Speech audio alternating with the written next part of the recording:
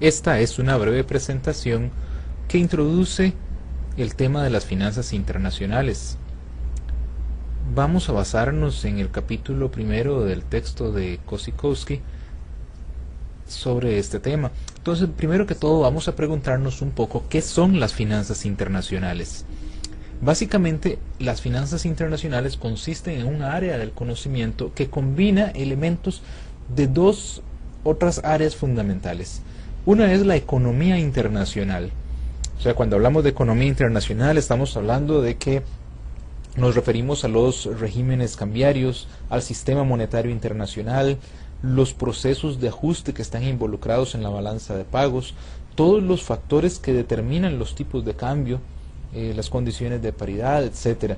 Y el segundo elemento que combinan las finanzas internacionales son las finanzas corporativas, o sea, lo relacionado con los mercados financieros internacionales, todo lo que se refiere a las operaciones internacionales a nivel mundial, lo relacionado con el riesgo cambiario, o sea, el riesgo de realizar transacciones que impliquen más de una moneda, la financiación internacional, la inversión en portafolios internacionales, entre otros aspectos.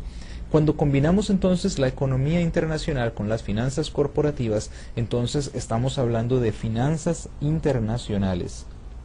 Las finanzas internacionales entonces se dan básicamente porque tenemos diferentes monedas en los países, porque tenemos diferentes mercados. Aparecen elementos que diferencian las reglas del juego de un país a otro, como es el caso de la legislación laboral, de lo tributario, ¿no?, entre otros elementos. Lo cual se da básicamente porque vivimos en un mundo tremendamente globalizado.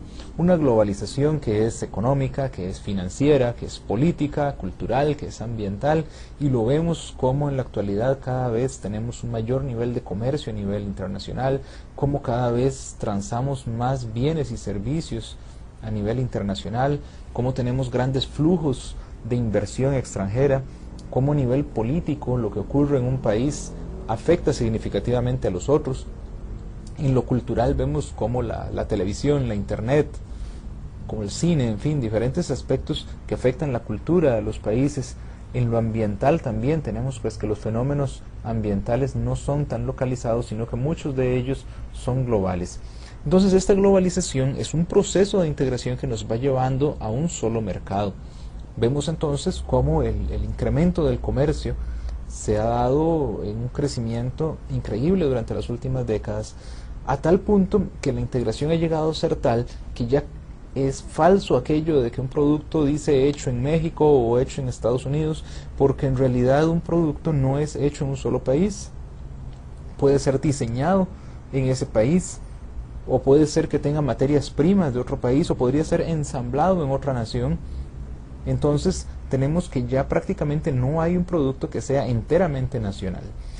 Cada día vemos más empresas transnacionales y multinacionales, de hecho que el volumen de producción de estas empresas ha llegado a ser enorme, inclusive superior al Producto Interno Bruto de muchos países. Y tenemos que cada vez tiene una mayor importancia el papel que juegan los mercados financieros internacionales. O sea, cada vez vemos cómo los flujos de inversión, cómo vemos que un fondo de inversiones, por ejemplo, busca diversificarse y entonces no solamente invierte a nivel nacional, sino que busca invertir en diferentes mercados para tratar de reducir el riesgo, y entonces empiezan a integrarse cada vez más con la economía internacional. La globalización, tenemos una serie de aspectos positivos, pero también algunos que podríamos decir negativos, en el sentido de que la globalización nos produce un mayor nivel de comercio, lo cual nos permite disfrutar de los beneficios del comercio.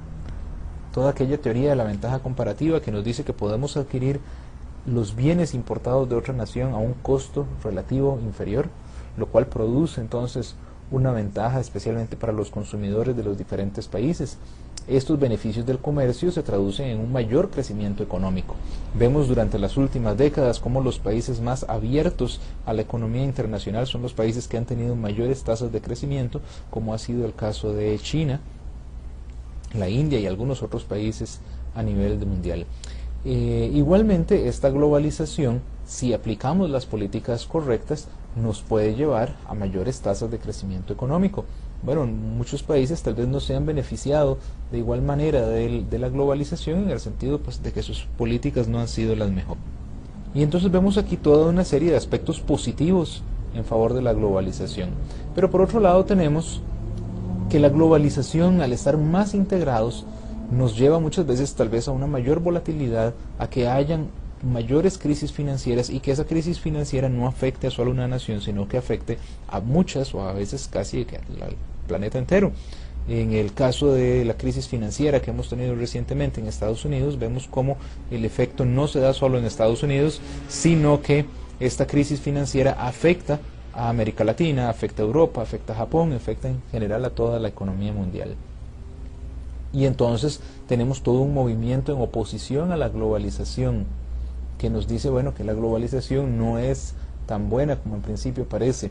Este movimiento de oposición a la globalización se apoya mucho en las desigualdades que se dan a nivel internacional, donde observamos pues que el nivel de ingreso, por ejemplo, de algunos países ha crecido fuertemente y es muchísimo más alto que el de otras naciones, y entonces tenemos pues importantes desigualdades a nivel global.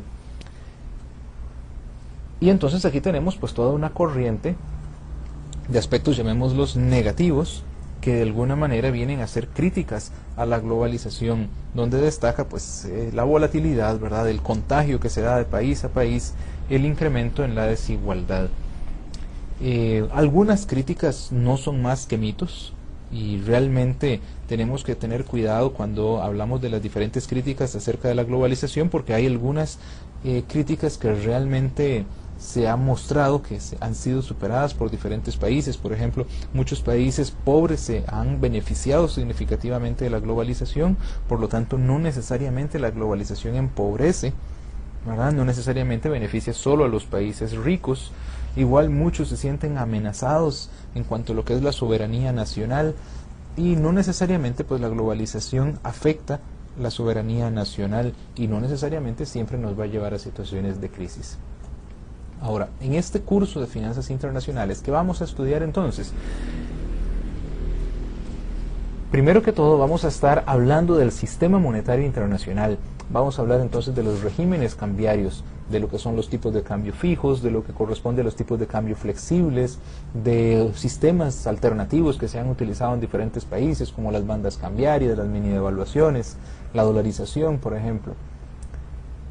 Vamos a hablar luego de la balanza de pagos. Básicamente aquí tenemos toda una contabilidad que registra las diferentes transacciones que se realizan a nivel internacional, y es entonces uno de los principales aspectos de las finanzas internacionales, en el sentido de que ahí tenemos nosotros todos los flujos, tanto comerciales como financieros, que se dan entre un país y el resto del mundo. Luego tenemos el mercado de divisas y el tipo de cambio. Realmente este es el punto central de las finanzas internacionales. No hablaríamos mucho de finanzas internacionales, o prácticamente nada, si los tipos de cambio no fluctuaran y si los países no tuvieran diferentes monedas. Entonces, si todos los países tuviéramos la misma moneda y si todos los países tuvieran tipos de cambio fijos, realmente las finanzas internacionales no tendrían mucho que hacer. Pero como cada país tiene su propia moneda, como cada país determina su tipo de cambio de modos diferentes y corresponde a mercados distintos, entonces ahí aparece el campo de estudio de las finanzas internacionales.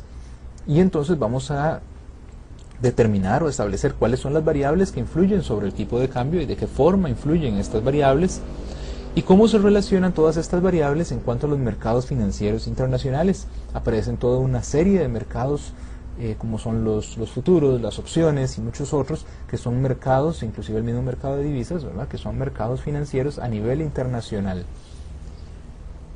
Y esas variaciones en el tipo de cambio producen el riesgo, producen la posibilidad de que yo tenga una deuda hoy y que el tipo de cambio a futuro varíe negativamente, y por lo tanto los pagos que tenga que realizar se incrementen, y entonces tenemos ahí un factor de riesgo, pero es un factor de riesgo que puede ser gestionado, y por eso hablamos también de cobertura.